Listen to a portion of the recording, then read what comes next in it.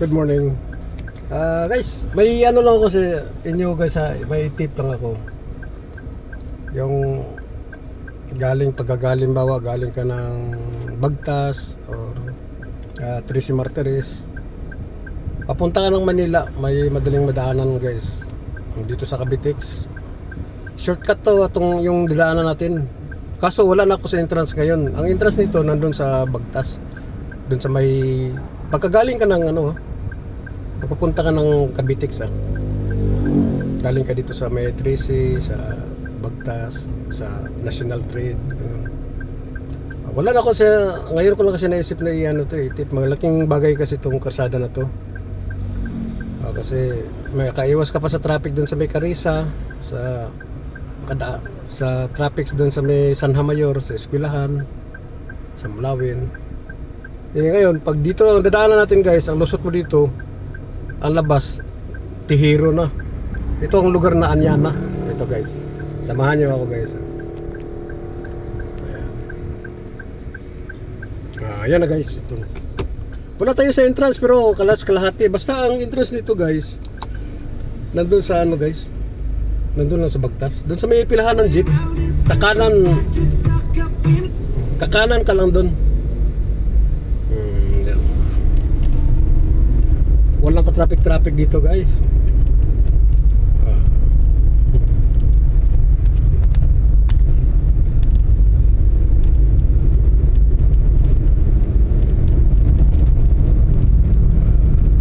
Medyo mabilis takbo natin, nakakahiya. May kasabayan ko kasi mabagal din para maka-overtake yung iba.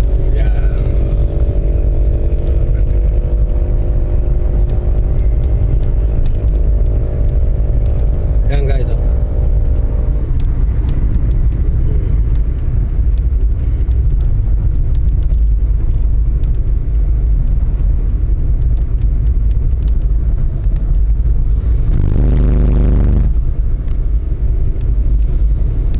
labas nito guys, Tihiro. Pwede ka rin lumiko pag halimbawa pag sa Tihiro may mga option na doon na karsada doon.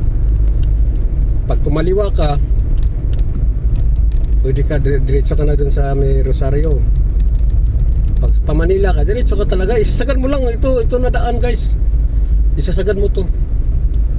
Kaliwa ka lang dun sa may Sabungan. At saka nakita mo yan guys, yung may nilikuan ng tricycle yan.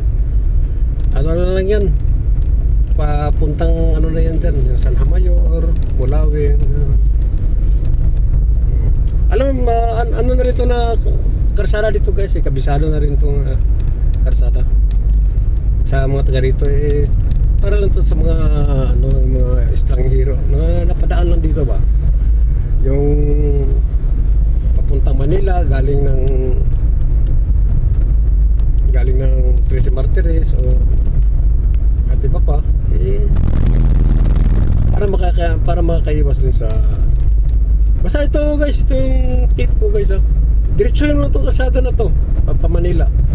Ang pinakadulo talaga nito, kaliwa. May sabong, may pinakadulo, kaliwa lang. May madadaanan kang dalawang medyo marami, may mga basta diretso, sagad lang, tapos kakaliwa ka. Kaya na guys, kasi uwi na ako guys.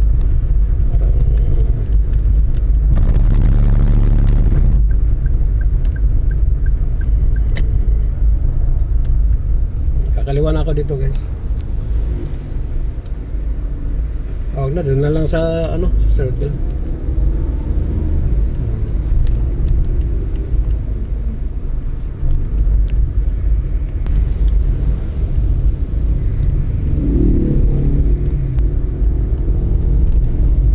Itong Anyana, tinatawag na Anyana, ito na lugar. Pagka gabi dito, isi-search niyo yung Anyana, pagka gabi dito, may mga rito guys. May mga basar rito gabi. Na to, famous na to sa famous na to sa social media. Yan. Nakita nyo guys, yan yung parang may mga puti-puti na mga bubong, yung maliit. Yan. Yan yung pagkagabi, dyan yung mga basar. Dinadayo na to guys. Ano to? Anyana tan sa Cavite. Yan, may giant street dito. Para sa mga mayaman, may Sitol Best na kapihan, no? Yan. Ayan guys, oh.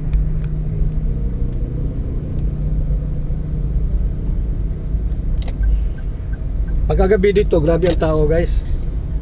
Basta wala lang ulan.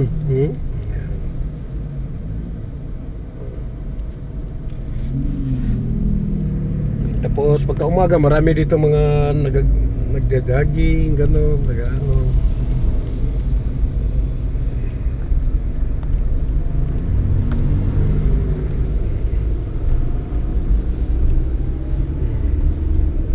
Dito mo makita guys, dito sa Tansa, magaganda talaga ang mga chills dito.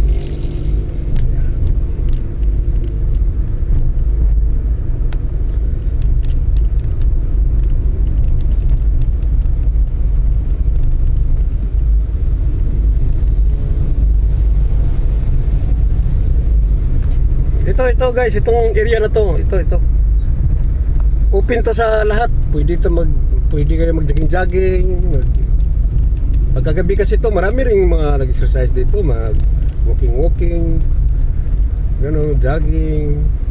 Pero karamitan, ano na rin kasi ito, crowded pagkagabi na. Dami yung mga dayo rito, gano'n.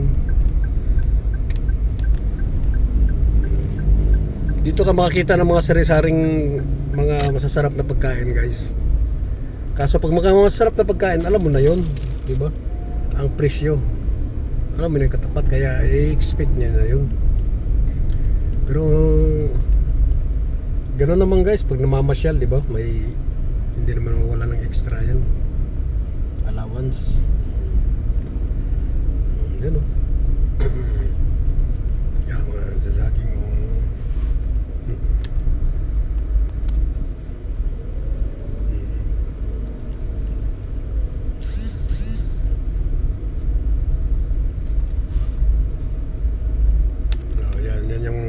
Basar.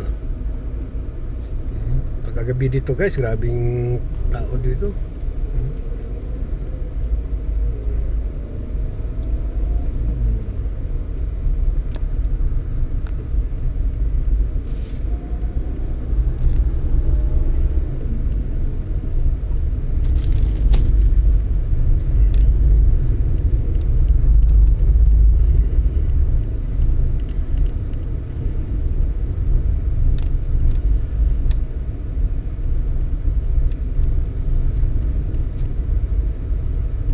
Ang grabe talaga dito guys, mga oras. Umpisa dito, mga 4:30, may mga nagja-jogging, medyo madilim pa talaga. Hindi talagang madilim pa. Dami na rito nagja-jogging. Pag may araw na kasi, alam mo naman ang Pinoy, di ba? Iwas na tayo dyan, medyo ilahabol yung walang araw. Kasi iba rin dito pag uminit na eh. Medyo masakit na rin sa balat. At saka pag ganitong oras kasi, ano na eh, parang preparasyon na to para sa trabaho na. Alas 8 kasi normally alas 8 ang pasukan sa trabaho natin, di ba? So pagdating ng alas 7, yun na lang naman ang ginagawa natin, di ba? Kain ng alas 7, prepare sa katawan, gano'n. Hugas sa katawan, ligo, kung ano-ano. Para pagka alas 8, trabaho. Yan lang naman yung rotation natin ginagawa araw-araw guys, di ba? So, pag ganitong oras, kaya hindi na pagtataka na wala nang masyadong nagja-jogging. Pero umaga talaga dito guys, wala kang maramdaman dito na takot. Di tulad ng ibang lugar na habang nagja-jogging ka, nakakaramdam ka ng takot. Kasi baka mamaya may mga hold up o ano. Pero dito wala. Kasi may mga tanod din dito nagrurunda eh. Dito sa Anyana, Tansa.